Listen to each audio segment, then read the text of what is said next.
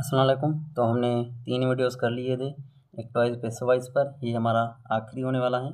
इसके बाद आपकी एक वीडियो और बननी है, लेकिन वो पास्ट पेपर पर होगी। जितने भी टेंसेस थे वो मैंने आपको करवा दिए थे कि उनके टेंसेस क्या हैं और टेंसेस की एक टॉयज़ पेसोवाइज़ कैसे होती हैं। अब हम करेंगे, आज पहले हम इन्फिनेटिव्स करेंगे, उसके बाद इम्परेटिव और लास्ट में मॉडल वर्ब्स, क्योंकि कभी कभी इनमें से भी एक्टिव पेसो आ जाता है। तो पहले हम इन्फिनेटिव्स देखते हैं। अब इन्फिनेटिव्स होते क्या हैं, जब हमारे पास टू के साथ टू जो वर्ड होता है प्रीपोजिशन, उसके साथ कोई वर्ब आ जाए, उसकी कोई फर्स्ट फॉर्म आ जाए, तो ये हमारे पास इन्फिनेटिव कहलाता है। क्या कहलाता है? इन्फिनेटिव। टू हो, उसके साथ वर्ब की फर्स्ट फॉर्म हो। इसका हम सेंटेंस लिखते हैं कोई।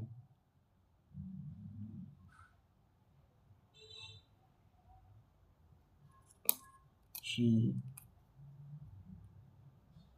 Has to write a letter. She has to write a letter. तो ये हमारे पास क्या हो गया? आप देखिए, टू राइट, तो ये क्या कहलाएगा? इन्फिनेटिव कहलाएगा। अब इसका पैसिव कैसे बनेगा? कुछ रूल्स तो सेम ही होंगे। जैसे आपका ये ऑब्जेक्ट है, ये सब्जेक्ट की जगह आ जाएगा, अ लेटर, ठीक है। ये आपका वर्ब है, अ लेटर सिंगुलर है तो हेज ही लगेगा। लेकिन अगर यहाँ पर प्लूरल हो जाता, लेटर्स होता, तो हेव लगता, ठीक है ना। ये आपको याद रखना है। अब क्योंकि अ लेटर सिंगुलर है तो यहाँ पर हेज आएगा, लेटर हेज। अब आप क्या करोगे? आप टू लगाकर टू के बाद ऐड करोगे be, a letter has to be, a letter has to be. ये हमारा ऑब्जेक्ट आ गया सब्जेक्ट की जगह, ये हमारा हेल्पिंग वर्ब। उसके बाद हमने टू के आगे बी लगा दिया। अब आप अपना वर्ब लिखोगे, वर्ब की कौन सी form? Third form, is to be written by. अब आपका बाय लगाकर सब्जेक्ट लगाओगे, सब्जेक्ट आपका हर है, सॉरी शी है, लेकिन जब ऑब्जेक्टिव केस में आएगा तो हर बन जाएगा।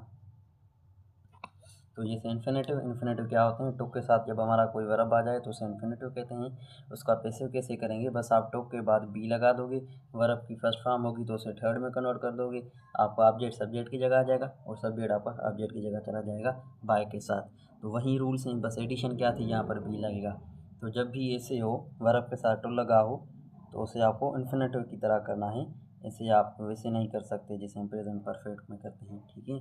तो उम्मीद है ये आपको कॉन्सेप्ट समझ में आ गया होगा। उसके बाद है हमारे पास इम्परेटिव सेंटेंसेस। इम्परेटिव सेंटेंसेस कौन से सेंटेंसेस होते हैं? जिनमें हम एडवाइस देते हैं, एडवाइस, कमांड देते हैं, किसी को ऑर्डर देते हैं या रिक्वेस्ट करते हैं। ऐसे सेंटेंसेस को इम्परेटिव सेंटेंसेस कहते हैं। एग्जांपल देते हैं, मैं किसी को कमांड देता हूँ, ओपन द डोर, ठीक है। ये कमांड है, अब इसमें कोई सब्जेक्ट नहीं है। देखिए ये वर्ब है हमारे पास, वर्ब की फर्स्ट फॉर्म है, ये हमारे पास ऑब्जेक्ट है। तो इसे हम कैसे करेंगे फिर? इसका क्या तरीका है? आपका जो ऑब्जेक्ट है वो सब्जेक्ट की जगह आ जाएगा, लेकिन सब्जेक्ट हो ही नहीं तो यानी आपका पहले ऑब्जेक्ट ही आएगा, ठीक है। पहले आपका ऑब्जेक्ट आ जाएगा। उसके बाद आप क्या करोगे? आप लगा दोगे अपना बी। क्या लगाओगे? बी। बी लगाकर आप क्या करोगे? वर्ब की थर्ड फॉर्म लगाओगे, वर्ब की थर्ड फॉर्म, ठीक है। लेकिन अब इसमें एक्स्ट्रा चीज़ क्या होने वाली है? ऑब्जेक्ट से पहले आप एक वर्ड यूज़ करोगे, कौन सा? लेट। क्या यूज़ करोगे? लेट।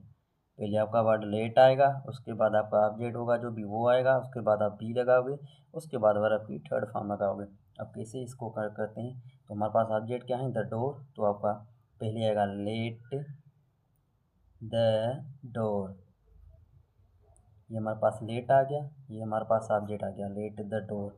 अब आप बी लगाओगे, let the door be, verb की थर्ड फॉर्म ओपन है, ओपन की थर्ड फॉर्म क्या होगी?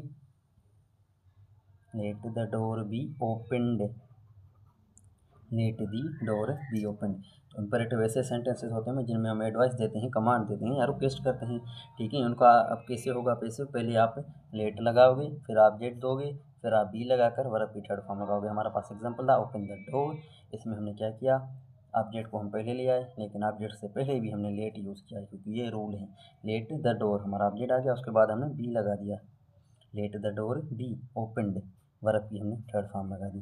तो ये थे कुछ इंपरेटिव सेंटेंसेस। इसका एक और एग्जांपल करते हैं, उसमें क्या होगा, एडिशनल अगर इन्फॉर्मेशन भी देता है वो, तो उसे कैसे करेंगे। लेट सपोज करें हमारे पास एग्जांपल है, ask the man to leave the letters, ask the man to leave the letters. ठीक है, अब यहाँ पर देखो आप, ये भी टुक के साथ लीव है, तो ये इन्फिनेटिव वर्ब तो है, ठीक है ना, ये इन्फिनेटिव वर्ब है, लेकिन ये सेंटेंस कौन सा होगा, ये सेंटेंस इम्परेटिव होगा, क्योंकि ये क्या कर रहा है, आस्क कर रहा है, ask the man to leave the letter, यानी किसी को मैं कमांड दे रहा हूँ कि तुम जाकर इस आदमी से पूछो कि लेटर छोड़े। ठीक है, ये कमांड हो गई। पहले देखिए आप, उसमें क्या था, जो हमने इन्फिनिट वाला एग्जाम्पल देखा ना हमने, उसमें शी था, एक सब्जेक्ट था जो काम कर रहा था। ठीक है, लेकिन यहाँ पर अब क्या हो गया, हमारे पास ये हमारा वर्ब हो गया, आस्क क्या है, वर्ब की फर्स्ट फॉर्म, द मेन हमारा ऑब्जेक्ट हो गया। ठीक है, सब्जेक्ट नहीं, तो ये इनमें डिफरेंस भी होता है। ठीक है, ये आप समझ लें, ऐसा ना हो आप इसे इन्फिनेटिव में करके आ जाएं, वैसे ये उससे कुछ रिसेंबल तो करता है। अब इसका पैसिव कैसे होगा, जैसे ऊपर वाले का हुआ, पहले आप क्या लगाओगे, लेट लगाओगे, लेट, अब आपका ऑब्जेक्ट क्या है यहाँ पर, the man, let the man, let भी आ गया, ऑब्जेक्ट भी आ गया। अब आएगी वर्ब की थर्ड फॉर्म, ये क्या है आपका, आस्क, वर्ब की फर्स्ट फॉर्म से थर्ड में ले जाएंगे, लेट द मेन, लेकिन उससे पहले बी लगाओगे, let the man be asked, late the man be asked. अब आप अपना ये जो एक्स्ट्रा इन्फॉर्मेशन है इसे पुट कर दोगे, let the man be asked to leave the letters, ये एक एक्स्ट्रा इन्फॉर्मेशन है। अब ये क्या हो गया, बेसिकली ये एक फ्रेज़ है, इसको प्रीपोजिशनल फ्रेज कहते हैं, लेकिन उसमें हम अभी नहीं जाते, हमारा एक्टिव पैसिव से काम है। तो अब ये देखिए, ये जो हमारे पास है ना, ओपन द डोर, अब ये वैसे ही सेंटेंस है, आस्क दी मैन, तो ये दोनों रिसेंबल करते हैं ना, यही इसको आपको पैसिव में करना है, बाकी एक आपकी एक्स्ट्रा इन्फॉर्मेशन है, इसे आप सिंपली अपना पैसिव करके आखिर में डाल दोगे। ठीक है, अब वैसे समझने ऐसा सिंपल सेंटेंस लेते हैं इस हिसाब का, क्लोज दी डोर क्विकली। ठीक है, तो अब यहाँ पर क्विकली भी आपका एक एक्स्ट्रा इन्फॉर्मेशन है, मेन आपको इसको चेंज करोगे कैसे, लेट लगाकर, ऑब्जेक्ट लगाकर, लेट द डोर बी लगाकर, लेट द डोर वर्ब की थर्ड फॉर्म लगाकर, close, late the door be close, अब ये इसका पैसिव हो गया। अब आप क्विकली को आखिर में लगा दोगे, let the door be closed quickly, sorry, ठीक है ना, late the door be close quickly. तो ये आपका इम्पेरेटिव सेंटेंस का मेन पार्ट होता है, जिसे आपको पैसिव करना होता है, बाकी एडिशनल इन्फॉर्मेशन आप लास्ट में डाल सकते हो। ठीक है, उम्मीद है आपको ये कॉन्सेप्ट समझ में आ गया होगा। उसके बाद है एक इम्पॉर्टेंट कॉन्सेप्ट मॉडल वर्ब्स का। अब मॉडल वर्ब्स क्या हैं, क्यों यूज़ होते हैं, इसको हम नहीं देखते, मैं आपको बताता हूँ मॉडल वर्ब्स होते कौन से हैं, उनके सेंटेंसेस के एग्जाम्पल करेंगे। जो मेन इम्पॉर्टेंट मॉडल वर्ब्स हैं जिनके पैसिव हमेशा पूछे जाते हैं अक्सर, वो हैं can, could, should, would, may, might, must. ठीक है, ये मॉडल वर्ब्स हैं। अब ये वो कभी क्या बताते हैं, किसी चीज़ की पॉसिबिलिटी बताते हैं, एबिलिटी बताते हैं, एडवाइस वगैरह, ये ऐसी चीज़ें बता दें, तो हम इसकी डिटेल में नहीं जाते, मैं आपको इसकी बेसिक स्ट्रक्चर समझाऊंगा ताकि आपको एक ही मॉडल वर्ब्स से सारे समझ में आ जाएँ। अब मॉडल वर्ब्स में क्या होता है, आपका पहले आएगा कोई सब्जेक्ट आएगा, उसके बाद आपका मॉडल वर्ब आएगा, क्या आएगा, मॉडल वर्ब, इनमें से कोई भी आ सकता है। ठीक है ना, मॉडल वर्ब के बाद आपका क्या आएगा, ऑब्जेक्ट आएगा, लेकिन पहले आपका सब्जेक्ट आएगा, सब्जेक्ट के बाद आपका मॉडल वर्ब आएगा, मॉडल वर्ब के बाद आपका मेन वर्ब आएगा, इसमें अक्सर फर्स्ट फॉर्म होती है। ठीक है, और मॉडल वर्ब के बाद आपका ऑब्जेक्ट आ जाएगा। अब इसका पैसिव कैसे होगा, आपको पता है ऑब्जेक्ट हमेशा पहले आ जाता है। तो पहले आपका ऑब्जेक्ट आ जाएगा,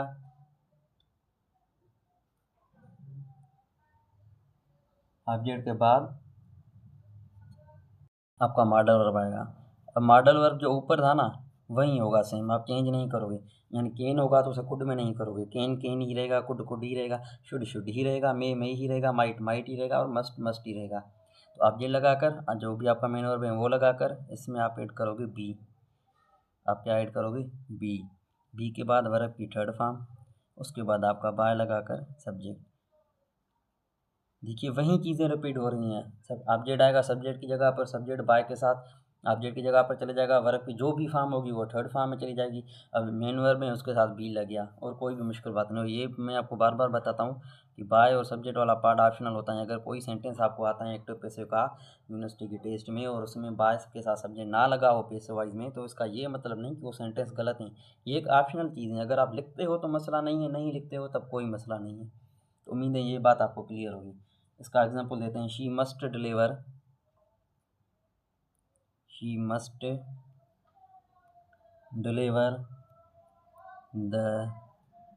letters. She must deliver the letters. ये आपका सब्जेक्ट आ गया, ये आपका मॉडल वर्ब आ गया, ये आपका वर्ब की फर्स्ट फॉर्म आ गई, ये आपका ऑब्जेक्ट आ गया। अब सबसे पहले ऑब्जेक्ट को इधर लेके आओ, the letters. Modal verb same ही रखो, must, the letters must, be लगा दो, the letters must be. Verb की थर्ड फॉर्म, डिलीवर की थर्ड फॉर्म डिलीवर्ड, डिलीवर्ड।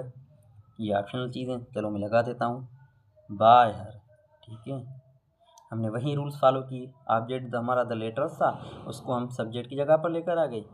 उसके बाद हमारा मॉडल मस्ट था, उसको सेम टू सेम रखा। ये देखिए मैंने आपको स्ट्रक्चर में बताया ना, इसीलिए मैं आपको स्ट्रक्चर्स पे फोकस करवाता हूँ, लेकिन आप सीरियस होते नहीं हैं। तो उम्मीद है आप मेरे पिछले तीनों वीडियोस देख लें, तभी आपको समझ में आएगा। और उसके बाद हमारा आ गया डिलीवर, वर्ब की फर्स्ट फॉर्म थी, उसे हमने थर्ड में कन्वर्ट कर दिया। उससे पहले मॉडल वर्ब और मेन वर्ब के बीच में हमने बी लगा दिया। ठीक है, और लास्ट में हमने अपना बाय लगाकर सब्जेक्ट लगा दिया। तो वही कॉन्सेप्ट रिपीट हो रहे हैं जो हम पिछले कर रहे थे। अगर आपने वीडियोस देखी हैं फिर तो आपको कोई मतलब मुश्किलात नहीं आ रही होगी। अब दूसरा मॉडल वर्ब करते हैं, I can help you. I can help you, इसको कन्वर्ट करते हैं, you can be helped by me. मैंने क्या किया, यू ऑब्जेक्ट था, सब्जेक्ट की जगह पर लिया गया, मॉडल वर्ब कैन था, कैन ही रखा, बी ऐड कर दिया, हेल्प फर्स्ट फॉर्म था, हेल्प थर्ड फॉर्म लगा दिया, सब्जेक्ट ऑब्जेक्ट लगा, वो बाय लगाकर मैंने अपना सब्जेक्ट लगा दिया। कोई इसमें मुश्किल बात नहीं है, कोई मुश्किल कॉन्सेप्ट नहीं है, वही पुराने कॉन्सेप्ट हैं, थोड़ी सी बस टेंसेस से चेंजिंग से। अब देखिए इन्फिनेटिव में क्या हुआ, बी एड हुआ, इम्परेटिव में क्या हुआ, लेट और बी एड हुआ, दो चीज़ें हुई, और मॉडल वर्ब्स में क्या हुआ, बी एड हुआ। तो यही चीज़ें हैं जो आपको याद रखनी है। जब आप स्ट्रक्चर पढ़ोगे तो आपको खुद जहन में ये चीज़ें बैठ जाएंगी। अब देखिए एक्टिव पैसिव में होता क्या है, सबसे पहले जो इंपॉर्टेंट चीज़ें हैं आपको जो याद रखनी है, ऑब्जेक्ट हमेशा सब्जेक्ट की जगह पर आएगा, ऑब्जेक्ट सब्जेक्ट की जगह पर आएगा, सब्जेक्ट आपका बाय के साथ फिर ऑब्जेक्ट की जगह पर चला जाएगा जहाँ पर पहले हमारा ऑब्जेक्ट था। देखिए यहाँ पर यू ऑब्जेक्ट था, सब्जेक्ट की जगह पर चला गया, और आई जो था सब्जेक्ट था वो बाय के साथ मी हो गया, मी क्योंकि ऑब्जेक्टिव केस है तो ये कहाँ पर चला गया, ऑब्जेक्ट की पिछली जगह पर चला गया। वर्ब की कोई भी फॉर्म हो, फर्स्ट फॉर्म हो, सेकंड फॉर्म हो, थर्ड फॉर्म हो, या इंग फॉर्म हो आपके एक्टिव वाइज में, पैसिव वाइज में वो थर्ड फॉर्म ही हो जाएगी। बाकी कभी हमारे पास बी एड होता है, हैव बीन होता है, तो वो आपको पता है, वो मैंने आपको स्ट्रक्चर्स करवाई हैं। आप अगर आपने वो वीडियोस देखी हैं और नोट्स बनाए, मैंने इन सब के नोट्स बनाए, वो मैं आपको शाम तक शेयर कर दूँगा या कल सुबह तक। और एक वीडियो आपकी active voice passive wise past paper last 5 years की कल आने वाली है, तो ये वीडियो भी ना देखना ना भूलें, पिछली वीडियो देखें ताकि आपको सारा कॉन्सेप्ट समझ में आ जाए।